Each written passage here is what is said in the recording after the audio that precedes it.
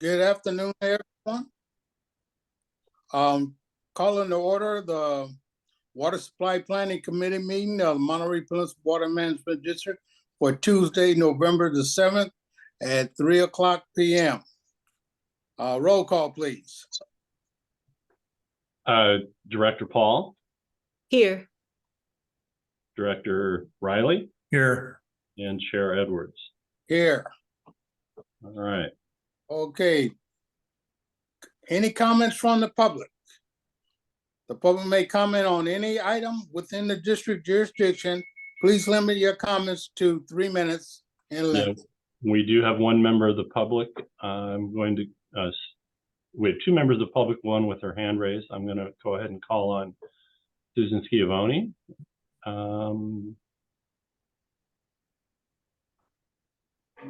And Susan, if you would unmute. Okay, thank you very much. Can you hear me now? Uh-huh. Okay, I just had a question because I was reading about the airport getting a big grant for expansion, and they were going to expand the terminal and some other things, and I'm just wondering how that affects water supply, if you've had info from them yet, and what that kind of does in terms of planning. That was my question. Thank you. Okay. And that's it for public comment. Mr. Chair, would you like me to address that comment? If you can, we'll get it off the record. Yep, it's very relative. And we'll be talking about it briefly at our board meeting on Monday. Part of the allocation process includes the supply and demand forecasts for the jurisdictions, but special entities, of which we're treating the airport as one, and then the Navy, Army, Presidio, and Coast Guard as DOD are the others. And we have developed a draft request from them, which asks specifically questions like, do you have a master plan? Are you expecting to build facilities? Will you be removing facilities, and what types, and so forth? We've been dragging our feet on that because we're still waiting on the county to send its draft housing element out. And they're so far behind that we don't expect theirs to get out until maybe the end of December. Ooh. And so we can't complete our jurisdictional evaluation. So we just didn't send those letters out. But in talking to the Navy this morning, they're going to have a change of command probably late January. So they'd like to get moving on it. So we're going to try to get the letters out to the airport and the DOD folks next week. As I said, just kind of probing, what do you expect to build in the first 15 years? What do you expect to build after that?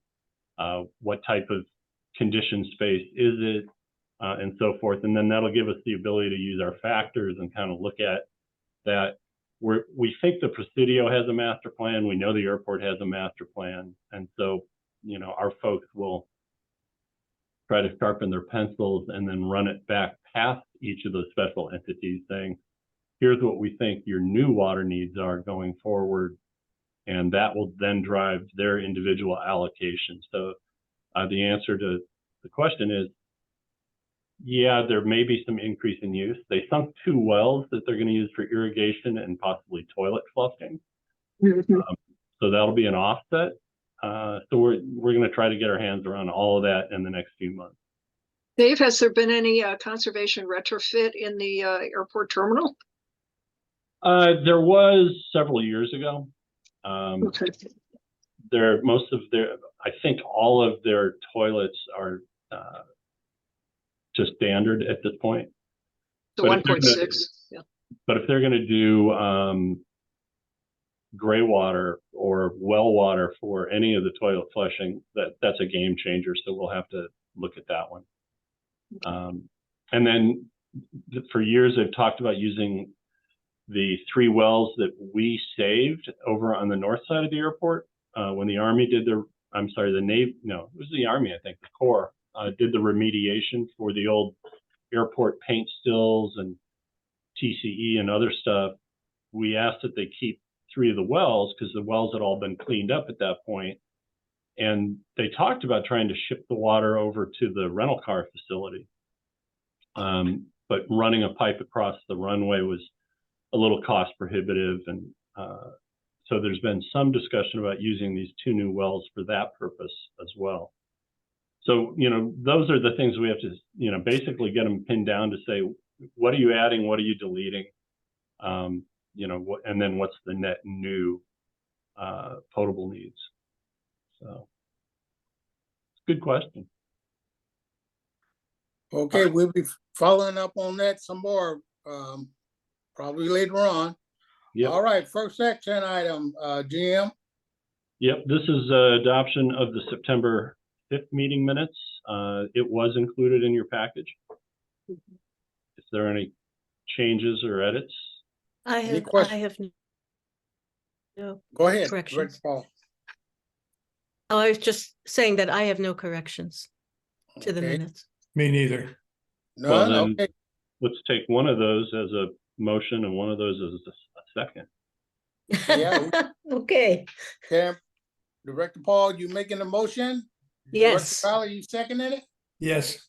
Okay, all in favor, say aye. I, Aye. Aye. All right, now we're moving in discussion items. All yours, GM.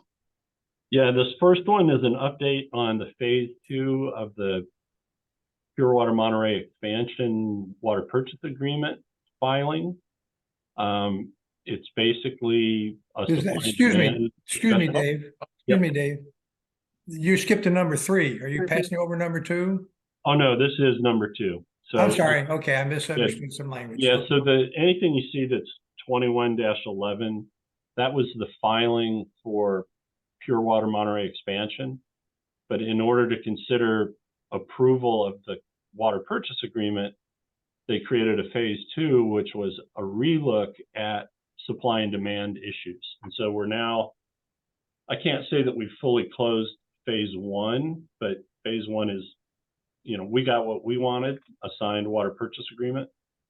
Cal-Am went around in multiple meetings with commissioners in the past month, trying to convince them to get moving on the phase 2 supply and demand analysis. And appropriate of an earlier question, that's one of the conditions of the Coastal Commission approval, is resolution of this phase 2. So with that, I'll turn it over to Fran or Dave, because other than a status conference, we don't have a scoping memo or dates. No. Dave, would you like me to? Yes, please, Fran. Okay. Just want to back up. In phase 1, Cal-Am challenged the original decision and asked for many, many changes, all of which were denied, with the exception that they were allowed to try and justify again why an additional $10 million for their facilities should be authorized. We still have not had a decision on that, and that was raised in the status conference.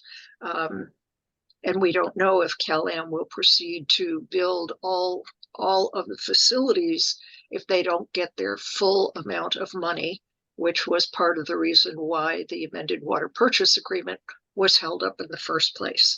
So that's still outstanding on phase 1, and the administrative law judge knows that we're waiting for a proposed decision. In phase 2, in addition to very heavy lobbying by Cal-Am of all 5 commissioners at the PUC, City of Marina and Marina Coast Water District have also been doing their own lobbying. I just had an email from the attorney for the City of Marina that they have another one scheduled for this afternoon. And she was asking for the status of the expansion.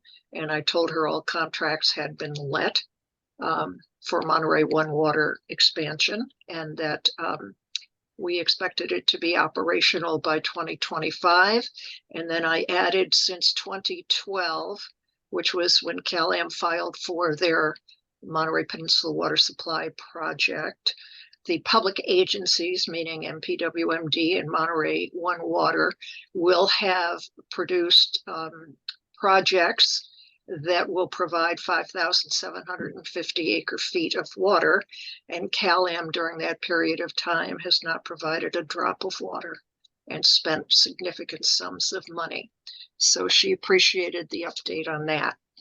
One of the questions that we put forward to the administrative law judge in the status conference was the need to supplement testimony on the record, because we have another year of water demand.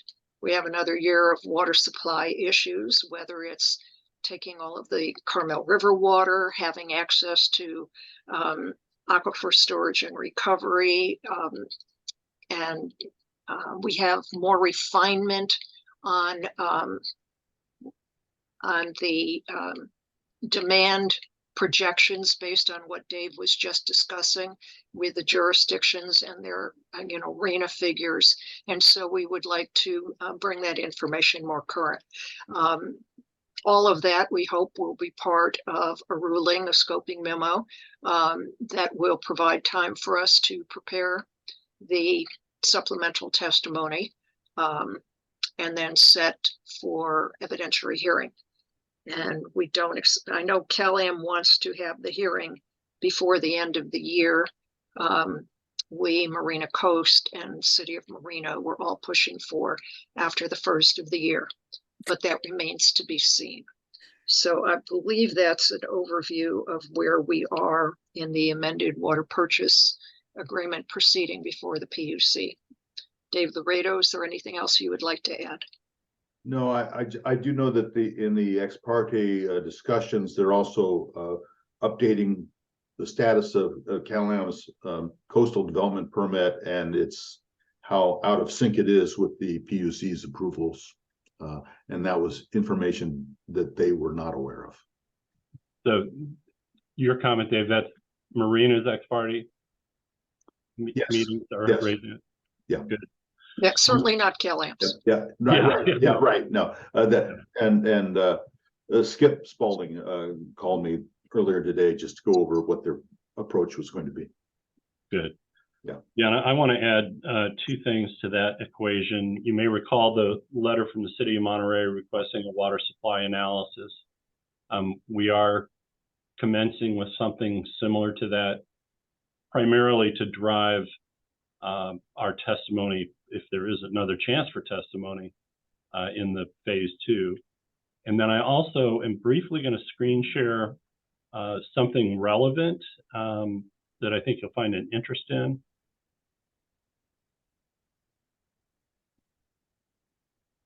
You see this email? This is an invitation, Tom Rowley's group called COHABL, which stands for Coalition of Housing, Ag, Business, Labor, and Education. And they're hosting a luncheon next week on Wednesday over at Bayonet and Black Horse for their members. Hot issue, desal project at CMEX, an update. Cal-Am water guest speakers. Unique opportunity to hear all the latest info on the proposed desal plant, including remaining conditions and timelines. So this is consistent with their quarterly Monterey County Hospitality Association luncheon speaking that they did, that was Kevin Tilden, Evan Jacobs, and nobody locally about 3 weeks ago, where they also once again mentioned how they're working feverishly to knock down these conditions one by one and bring a desal plant by 2027. So they're on an offensive. What So it means, I don't even know. Are you going to the lunch? I am not, because A, I'm not invited, but Oh, I well, I typically thought don't you have were any invited. problem. Yeah, I typically don't have any problem in intruding, but I kind of know their message. I'm tempted. We'll see. We'll see. Okay, Director Rowley, got your hand up. Go ahead. I am invited. Oh, you are? I've maintained some kind of contact with Tom Rowley, and I keep asking him, and so he's got me on his list finally. Are you thinking of going? Yeah, I'm thinking of going. Oh, All right. yeah. you know, troublemaker. Well, we'll pay for that. Just let us know. Karen, you want to go? This is This when? is, this is Tomorrow, an, 15th. this is an anti-crowd. I know what it is, but what's the date again? Next Wednesday, November 15th. Isn't that what the invitation said, Dave? Correct. Wednesday, yeah. I think they might throw me out, but It might. Me too. So I was going to go as a guest of George, but that's all right. George, go in there and They humor me. yeah, hear them out. well, let's put it this way. Yeah, I'm kind of curious, but we know that George can report back, so it's not like He'll rile them up. So is that all on that item? Yeah, that's it. Okay. Can I add another, just, I don't know if this means much, but at the Water Master meeting recently, a week or so ago, I raised a question in the dialogue about whether the Water Master is making any plans for just backfilling the basin in some fashion. And I made the comment, and Chris Cook is on there. He's got 3 votes. But anyway, I have 2. Anyway, so in the course of me talking about it, I've said there's no way that the ratepayers can afford both projects, desal and Pure Water Monterey. I said, it seems to me the Pure Water Monterey project is one that's going to prevail and the desal is going to fail. And why don't we start looking ahead at how are we going to pay for any water at all? And I just made that crack. And Chris Cook responded that, well, you know, not all the time has gone by yet and not all the actions have been completed. And so you're a little premature in saying that. I said, well, we ought to be a planning agency as well, and we can plan on making some assumptions. And I said, that's my assumption. we are a planning agent. And that was the end of the dialogue.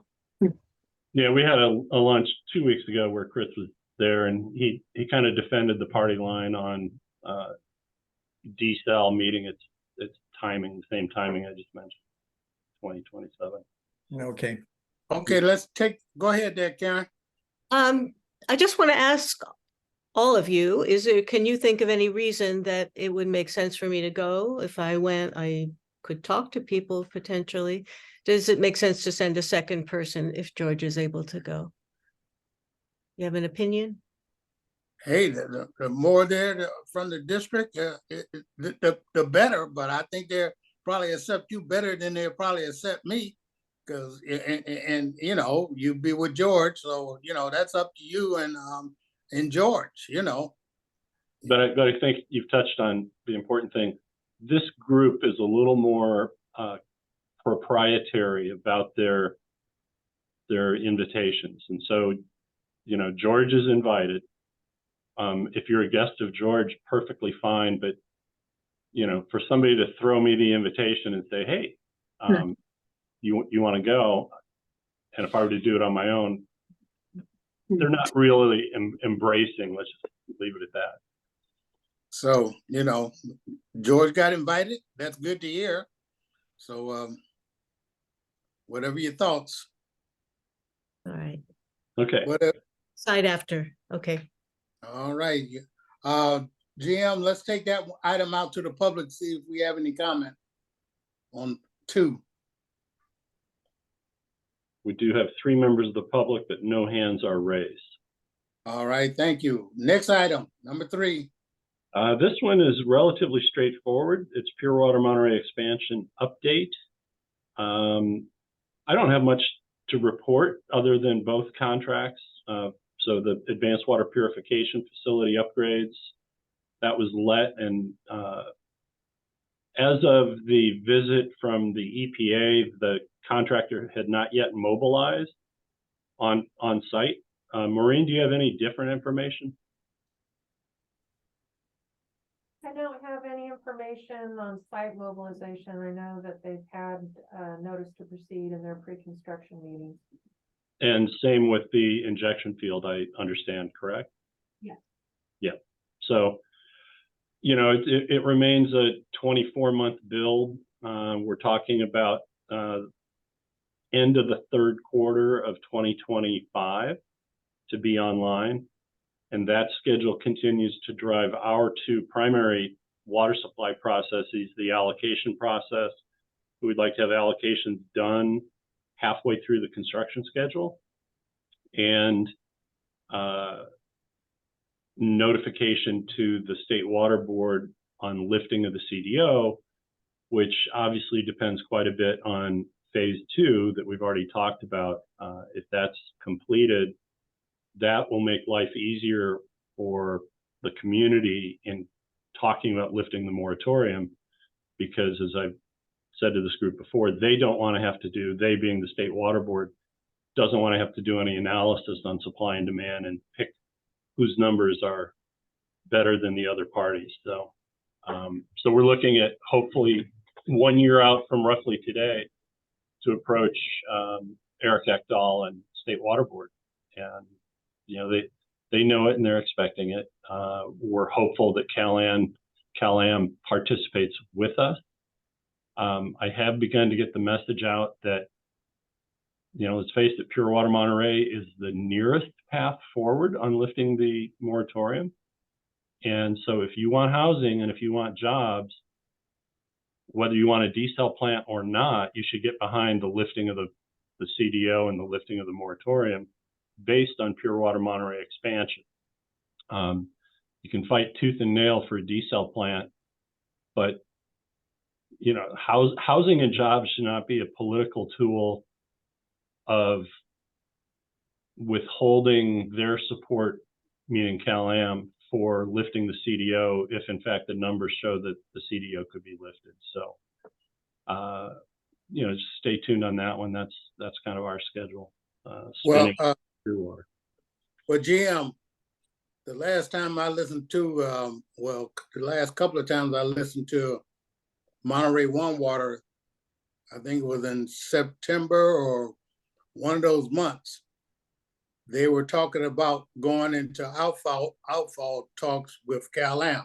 Now, have they completed Pure Water Monterey expansion, everything that needs to be done on it in paperwork, like those default dates? Has that been done yet? You know, we agreed to something. I thought we signed something. I mean, I'll be looking that up as we go. There were only two items. One was signing the water purchase agreement and then amending it to put the default dates completion in there. Now, Yeah. I think I heard at the following meeting that was completed, but I I'm think not it was. sure. Yep. I'm not sure, but if those default dates have not been put in there, you know, I advise us to No, but you know, it's been done. I'm staring at all three signatures on it. good. Okay. Okay, so we set on the default dates, and can we announce those default dates so we can be prepared if when CalAm start talking about you defaulted. What? Yeah. Is it a year from now or No, they're all February 1 of 2026 for the delivery start date, and then what's called the performance start date, February 1, 2027. okay. And so those work very well with the current construction schedule.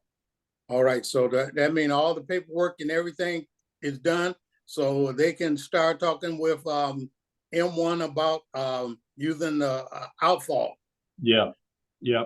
And, you know, that goes back to some earlier discussion. You know, one of the conditions for permitting the desal plant is the outfall agreement and the pertinent facilities being complete, which requires the issuance of an NPDES permit, discharge permit.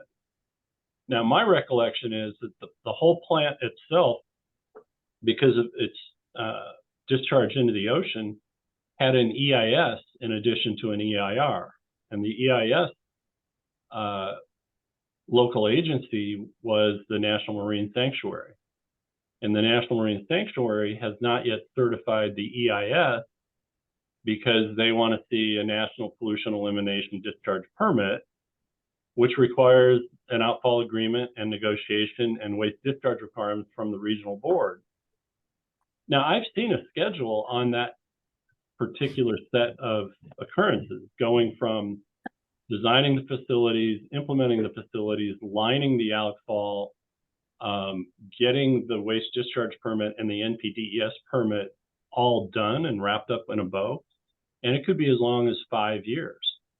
So again, you know, we have a condition that's sitting in the Coastal Commission permit mix that, you know, I'll have to go back and reread it. Is it starting the process or completing the process? If it's the actual issuance of the NPDES permit, that's not going to happen in the next 2 years. So, you know, it's just, these are the little nuances that I don't think anyone in the public really understands. So. Okay, go ahead there, George. But whenever Cal-Am can move a project forward, they can accumulate an expense and come back and get it, you know, attached to the ratepayer. And even though they don't build anything, they may not put a shovel in the ground, but at least all the engineering and all the planning work ahead, it can pile up, it can accumulate a lot of expenses that we have to deal with later. We will all have to deal with later. Oh, yeah. Yeah, if the phase 1 discussion is any indicator, they've been assigning, or call it capitalizing, labor for a very long time, you know, basically over a decade at this point. And they throw it all into the memorandum account. And when you capitalize your labor, you also throw in your benefits. You throw in those visits to Monterey to interact with contractors and consultants. And so there's just a huge, huge amount of labor and overhead that was charged off to the memorandum account. And then a portion of that, what we call common actuals, is what they were attempting to then reassign to the Pure Water Monterey expansion in such amounts that even the PUC's ALJ said, wait a minute, are these really functionally related? And that's why their decision was, well, some of them are and some of them aren't, and we're disallowing those we don't believe are. And that caused the petition for rehearing and so forth. But the original decision allows that memorandum account to earn at the blended rate of return. So it's not like a commercial paper rate or the actual cost of debt rate. It's that blended rate of return, which includes now the, you know, 9.75% return on equity, or 9.5. So the blended rate is back up into the mid 7%. So correct, Director Riley, they're earning, you know, 7% on those capitalized labor costs that they continue to incur, you know, with frequency. So it's the allowance for funds used during construction is probably the single largest item in that memorandum account at this point. It's big. Yeah. Go ahead there, Fran, and then Director Paul. Dave, I have a question, because we already know that there's a problem with Cal-Am's extraction capacity, that if the Pure Water Monterey expansion stays on track and delivers by the end of the third quarter of 2025, what progress are they making on the Cal-Am extraction wells, the 4 that they're supposed to be building? Nervously slow. You know, they only got temporary right of entry at the school site to do the test well. You know, they still have to negotiate the full easement. So you're right to put that on our radar screen, because Very much so. you know, I mean, what's we the value already of have the a plant? history this past year of how bad it can be when they just can't get the water out of the ground from the sources that they have. And this community is relying on the expansion to lift the CDO. And if those facilities, the Cal-Am facilities, are not online because they move too slowly, it's not going to work. Well, and keep in mind, friend, you know, it was when the expansion was part of the original PUC application, and the ALJ said, hey, I want you guys to tell me, can you expand the plant in lieu of desal? And they subsequently concluded that no, you know, PUC thinks desal was still needed. But at that time, Cal-Am said, well, heck, we need redundancy for our existing system. We've got an extraction constraint that was late 2016. Right. So the need for 4 wells was driven only by, we only needed 2 wells for the expansion. They knew they needed 2 more for the existing system. So that's been a 7-year piece of knowledge that even if the expansion weren't to go forward, they still knew that they needed 2 extra wells up in the north part of their system. And, you know, they just chose never to put it in a rate case or never file separately. And here we sit, nervous, because if we build the plant and they don't build those expansion wells, not only can they not get the expansion water out of the ground, but they have the same constraint For the system. that we have today, which results in the underperformance of ASR and, you know, yada, yada, yada, not to beat this dead horse too badly, but yeah, so that's where we stand. And so a lot of the other things related to water supply spin off of progress on pure water Monterey expansion. And Fran raises an important point that, you know, it should take a year maybe to build a well. Maureen, what's your experience these days to build a well, to spec it out, bid it, and build it? It depends on the equipment. If you've got the equipment, a year easy, but if you have to wait on PG&E and Yeah. Extraction only, Maureen. Yeah. If it's extraction only, would you have an idea? it's about the same. You're basically building the same well for injection. Okay. Yeah. So, you know, we would be wise to take a real strong spot check at about 16 months from the end of construction, or 18 months from the end of construction, and say, how are we doing?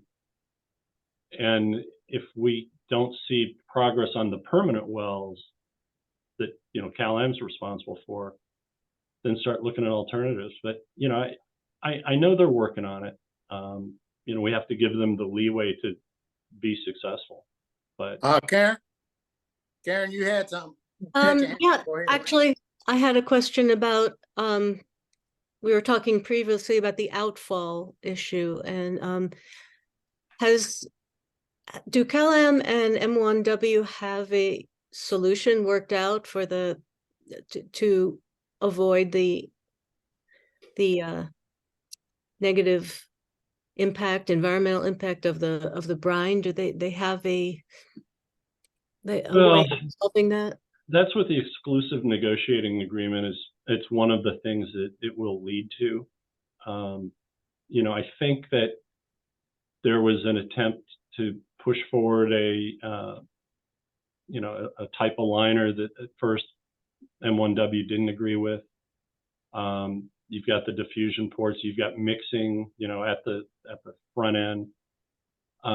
There's some additional issues now, because if the plant is only built as a 4.8 MGD plant, then there's going to be different issues surrounding what the components of the discharge look like relative to what was approved as a 6.4 MGD plant. So I can't tell you that they've worked it all out. They're still negotiating to negotiate.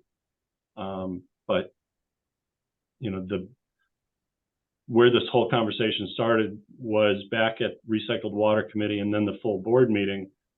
There was well, let's do nothing until we sign that water purchase agreement and its amendment. And that's what Director Edwards raised, that those two have been done. So, you know, we're pretty much there. So they can do that negotiation. It's just, you know, based on the schedule I've seen, you're not going to have a completed solution with an NPDES permit overnight. So, Okay, going back to what you and Fran was talking about. Now, you know, my big idea and what gets me teed off a little bit, we're talking about it now. And if they haven't done anything, what can we do? It seems like we talk about it, but when it comes time, can file a complaint or whatever, we cross our arms and say, well, they're not doing this, they're not doing that. And you know how I feel about when they're doing that. what can we do? What are we willing to do? Well, I think we have to start with not assuming they're doing nothing. You know, they know they need to do this work. I think we need to be a little better on coordinating and figuring out where they stand. The alternatives aren't very pleasant either. Director Edwards, the city that you live in has, you know, they're very protective of their own water, their alternate producer water rights under the adjudication, their muni well under their standard producer rights. They're trying to move some water to the Ascent project, and we found some errors in the agreement they negotiated. They're not going to be happy about that. So trying to do anything that's different than the two sites that have been identified is going to be really, really difficult. So then you've got the alternate choice of trying to use, you know, powers of eminent domain on the schools and tell MPUSD that you're just not working fast enough. But, you know, the better solution is to have MPUSD enter into a permanent easement and agree with the two sites. So, you know, I think, you know, we owe it to do a check-in with, well, I see Tim's joined us, with Cal-Am on any schedule, any pushback, any of those kind of things. So I'll put that on our list to do between Maureen, John Lear, and myself, and, you know, we'll try to see. But I don't think, you know, there's not need for panic yet.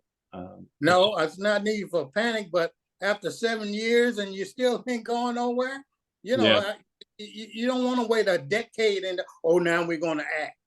You know, well, I got a problem with that. Well, and bear in mind too, the school district didn't move very quickly either on this first right of entry for the test wells, and it's like, well, you know, well, that's why you got this. When the first ASR well went out there, I had to go down there and tell the school district that's enough, because we're the ratepayers and we're paying you too, school district. So, you know, it's been an argument. I know how that school district is. Some of the members had left there, but they were tough on the water district.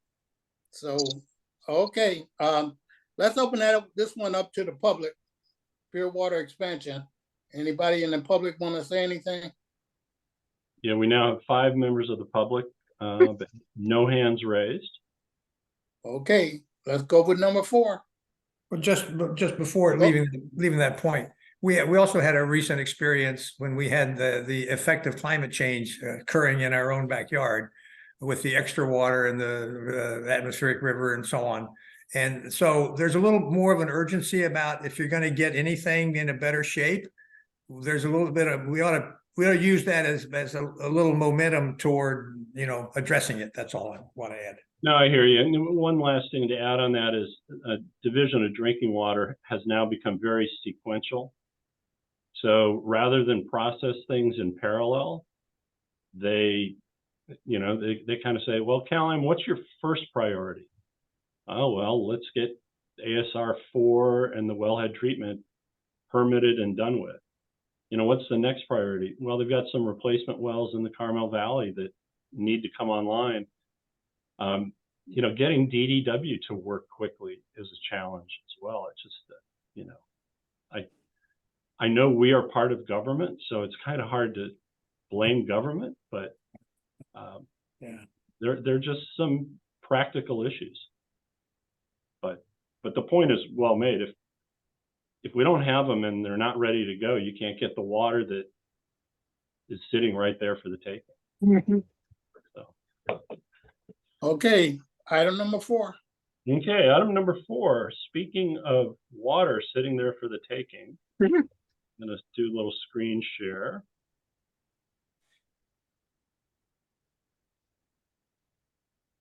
Okay, this was production for the last water year by source. So Carmel River, Seaside Basin, recovered ASR, Pure Water Monterey, Table 13, which only happens when it rains, Sand City, Malpaso, and this is the combination of Malpaso where property owners have come in for permits, and Malpaso entitlements that no property owner has come in for a permit, but CalAm has the right to use the full permit amount of 86 acre-feet per year. So what we see, and this is what gave us a little bit of concern at the end of the water year, is the total Carmel River production is, it could be 3376. So, roughly 900 acre-feet, 950 acre-feet under what they could have gotten from the river. ASR recovery, 800 acre-feet that we could have left in the ground. That is not something that we want to see repeated on an annual basis. Seaside Basin, obviously they were getting a little close and exceeding the water right. I don't know what the carryover credit situation was, so whether this 1571 represents an overage or if it's pretty close to what they had rights for. I think included in that Seaside Basin is some pumping for water that is wheeled that's not really CalAm water, about 7 acre-feet that goes to Montage. So part of this wouldn't be deemed to be an overage of the Seaside Basin water right, but still pretty close to what was expected. Pure Water Monterey recovery, it shows that they took a little bit of leftover or residual water, but it's pretty darn close to the 3,500 acre-feet that we are supposed to deliver. 500 acre-feet of table 13, that's pretty good for a rainy season. I think we have, based on hydrology, have estimated that average over the normal hydrologic cycle should be around 300 to 500 acre-feet. So this is at the high end of that average scale, but it was a very wet year. So I think with a little sharpening of the pencil, they might have been able to get more table 13, but of course they were underutilizing the overall Carmel River water right over here. And keep in mind, Malpaso also comes from the Carmel River. So the combination of all those things, the good news is we were close to 400 acre-feet below last year's demand. That may be a byproduct of the heavy rains reducing irrigation needs, or it could be just a continuation of the slight declines we're seeing in water demand. I will show this slide and the next slide to the full board on Monday night, but it's this issue of not taking all you can from the Carmel River and taking water out of storage, which would normally be thought of as drought protection, or your shortfall coverage. That's something that we really need to think about as the resource manager. And I don't know yet. We've talked about an ordinance. I'm not sure what that ordinance would look like. Dave Laredo has provided a couple of helpful ideas. But you should take your least expensive option first. And, the Seaside Basin, it's just the cost of lift. You're just pulling, it's electricity to get it out of the ground. The Carmel River, it's the cost of lift and the cost of iron removal and treatment at Begonia. At ASR, it's Carmel River water, so it's the cost of lift, iron removal, treatment, transmission, pushing it up the hill and down the other side and injecting into the ground, so there's higher energy costs. And of course, ASR has, we carry with it some capital amortization. So it is definitely more expensive water than the Carmel River Basin water. And so we'd really like to see this changed. I can tell you, I haven't had the conversation with Chris Cook yet about what's going on over here, that they're trying so hard to take everything delivered on a monthly basis. We think it's more of a billing issue than a system issue. And perhaps there's places where they could have taken more river water and banked the Pure Water Monterey water and then taken more of that Pure Water Monterey water in other months. But again, we don't run their system. We don't know what the pressure zone issues are and the other constraints. But there's got to be a better solution than taking 800 acre feet of expensive water and leaving 900 acre feet of inexpensive water in the river. So Well- this seems, if I may, through the chair, Go ahead. this seems like a very important issue, and we need to figure out what to do about it. I mean, Yeah. with the whole board. So I'd be very interested to know what ideas you and Dave Laredo, or maybe Fran, have come up with so far. I mean, maybe not necessarily right now, but at some point we gotta figure it out. In the meantime, I'm glad you are planning to show this to the whole board and the public on Monday.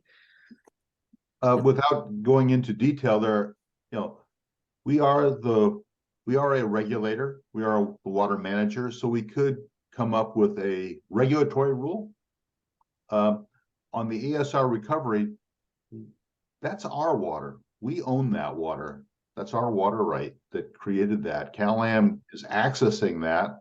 And if they're accessing it prematurely, there's another way to treat that, and that is as a proprietor, and to price that water differently when Cal-Am has other options, such as Carmel River water. And if they're going to take the water that is otherwise we have a greater utility for drought purposes, we can price that and charge Cal-Am for that. And that may get their attention more than in a regulatory sense, it's going to hit their pocketbook. Well, Very interesting. one thing that I feel, yes, we need to address it, but we need to put in there, if this a quarterly water budget that we always approve, and we do it by a resolution or how we ever do it, if they wanted to change it, they should come back to us and say, I want to take water out of here instead of here. That's my problem that I have with them, what they were doing, taking water out of the basin instead of using all that water out of the river. Well, I think we need to have some discussion about can you defer withdrawals of pure water Monterey water, not from year to year where there's a potential financial problem, but month to month, so that you could rely more heavily on the river. But you can't control when there's electrical failures or flooding and other outages, and so some of these system constraints were, call them acts of God, maybe. We know the system lacks redundancy, so that's not an act of God, that's an act of man that just hasn't been well addressed to date. But some of the other things, when you flood out your upper river wells and you have to wait to get them back online, and you're losing fire flow protection in a tank, and you need to get water into the tank instead of delivering it to somewhere else, we need to better understand what the system constraints are, and then what constraints are purely paper or financial constraints, and see if something could be done within, is it within the water year or within the financial year? What latitude is there? Because this should never happen. You should not be taking stored water and leaving water that's only available in the current year, or it's gone forever. That's a little irresponsible. So. Well, I'm glad you're bringing it to the full board. It needs to be addressed, and we need to come up with something, because I didn't want to hear it the first time, but it seemed like we're protecting the ratepayers, and they're being charged more when they can be charged less. So if we're going to protect the ratepayers, let's protect them and come up with something. I don't care if we put an ordinance on the books and we never have to use it, but I know Cal-Am would know it's on the book, and we probably will, if necessary, we'll need it. I don't want to hear about this one a second time when we can fix it the first time. because if they do it again, now what we're gonna do? You Yeah. know? Yep. So that's my big point on all of this. They may not do it again because they came back and told us, oh, we're going to take all the water that we need out of the river right now. Oh yeah, you're going to do that, but you shouldn't have done it in the first time unless you told us we have a problem. Yep. That- All right, this Yeah. is, oh, go ahead. Well, just, No, I'm done. Go ahead, Director Paul. just to reiterate, I know it's been said, but also the storing water for drought resistance is also a high priority. Right. Yep. No, it certainly is. This graph is just production for customer service for the last 20 years. So this is basically peninsula water demand, or how much water has to go into the system to serve customers. So it ignores losses. It's at the front end, at the production end of things. You can see this is that drop of a little over 400 acre feet, maybe due to the wet winter, maybe due to some continuing downtrend in this recent line. But certainly contrary to what Lori Dolquist, CalAm's attorney, said at the status conference, another year of data might have meaning. Certainly. Dave, what's the red star for? Well, I'll get to that. Okay. So what you see is this attenuation now goes 1, 2, 3, 4, 5, 6, 7, 8, 9 years. So that, this is almost a decade of hovering below 10,000 acre feet per year in demand. This red star is 2012, the year that the desalination plant was sized. And so it was sized looking back 5 years in demand, which picks up this rise here, and saying, okay, there's a measure of where we are today, and then added on certain single point numbers like legal lots of record, Pebble Beach build out, hospitality bounce back, to come up with what's going to be needed in the future. And the point of the difference between the red star and where we are today is this is a 3,000 acre foot difference. And frankly, the average of 5 years is more like 4,000 acre feet. And so when you get into that discussion about the necessity of the desal plant, or conversely, the necessity of both the desal plant and Pure Water Monterey expansion, this is real. This is actual data. Now, some of our friends have said, well, there's so much pent up demand, this is going to shoot up as soon as we lift a moratorium. But I like to talk a little bit about Sand City. They've had for 15 years, they've had the Sand City entitlement. They've had a very pro-growth city council, and they've let out 8 acre feet of water from its entitlement. This community just does not grow fast. And if you take Sand City, which could set meters, is very pro-growth, and has had water of their own to allocate, and they've only allocated 8 acre feet over 15 years. I'm not saying it's the complete story, but it's an important reflection on just how much pent-up demand do we have. Because this is, between here and here is almost a 4.8 MGD desal plant. That's how much we've reduced our consumption since desal was first envisioned. And we've come along and, we've replaced some of the river diversions, primarily almost all of them, with the first phase of Pure Water Monterey, and the Pure Water Monterey expansion is underway.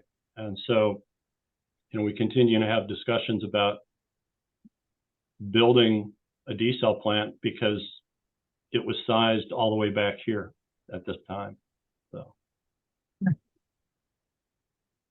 If Go ahead, Fran, you got your hand up. I just wanted to say we recently processed for Sand City Lodging. This is a motel and residence motel in Sand City that they have authorized 15 acre feet more or less. So Yeah. they may be up to 23 out of the 300 acre foot entitlement that they were originally given by the district. Yeah.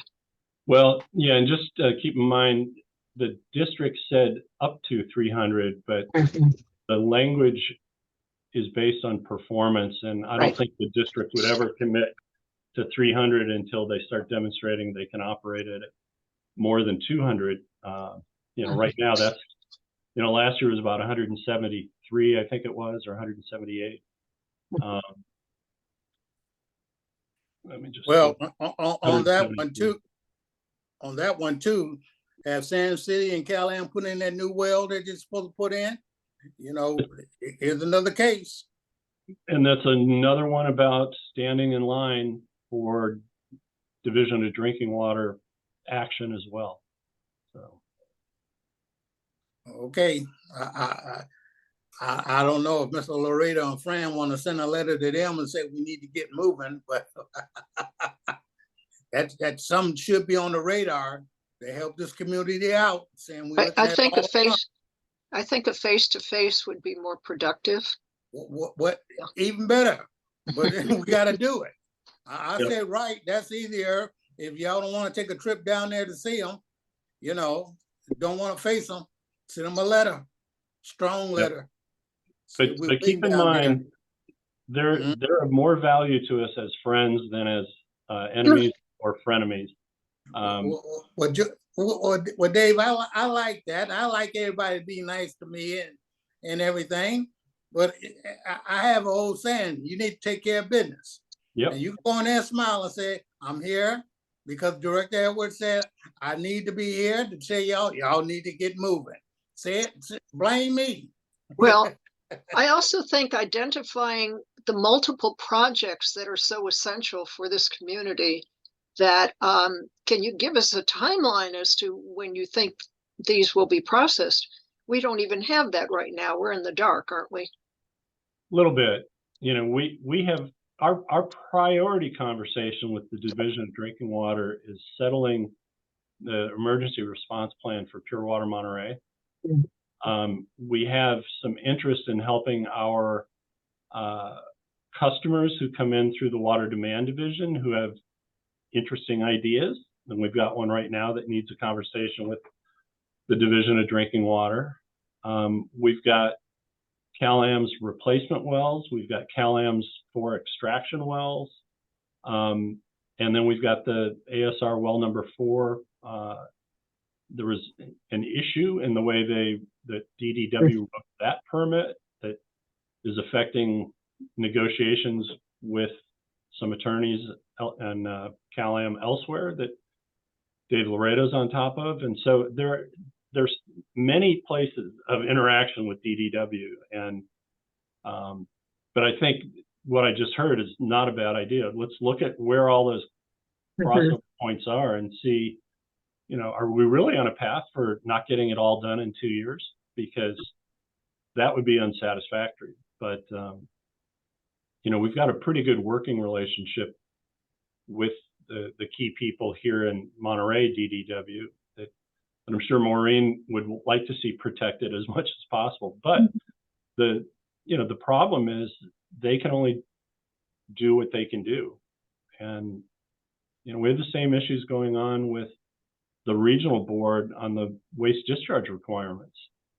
We thought we were going to have a hearing and a new WDR issued over a year ago. People left, retired, had accidents, things happen. So. Well, y'all do the best you can, but blame the board. Go in there rough and you can blame the board. Because, they want to come deal with us, say, hey, I'm not here to upset you, but my board have a problem with some of this stuff and they want to see action. And especially Director Edwards. So, blame me. I actually have bumper stickers already pre-printed and I just hand them out. Blame Director Edwards. That's right. Blame me. Blame Director Edwards for riding on you. That's good. All right. Let's take that out to the public if no other director have anything. Yep, we still have 5 members of the public and currently no hands raised. This will be the last opportunity to speak, so there went a hand. Susan Schivoni, I will allow you to talk. Go ahead. Hi, I just want to reiterate about the situation of not using the Carmel Valley water, the water from the river, and using ASR. I think it is a really serious issue, and I'm glad you're going to follow up further on it, because I would not want to see that happen again too. Sorry for the clock. Thank you. Okay. Any others out there? Going once, going twice. All right, thank you, everybody. Well, thank you. Thank you. Adjourn. Have a nice evening. Thanks for the meeting, Chair. Hey, no problem, Dave. I thought we were gonna slow down some of these committee meetings, but this was a good one. Thank you. All Thanks. right, talk to you later. Bye, everybody. Right.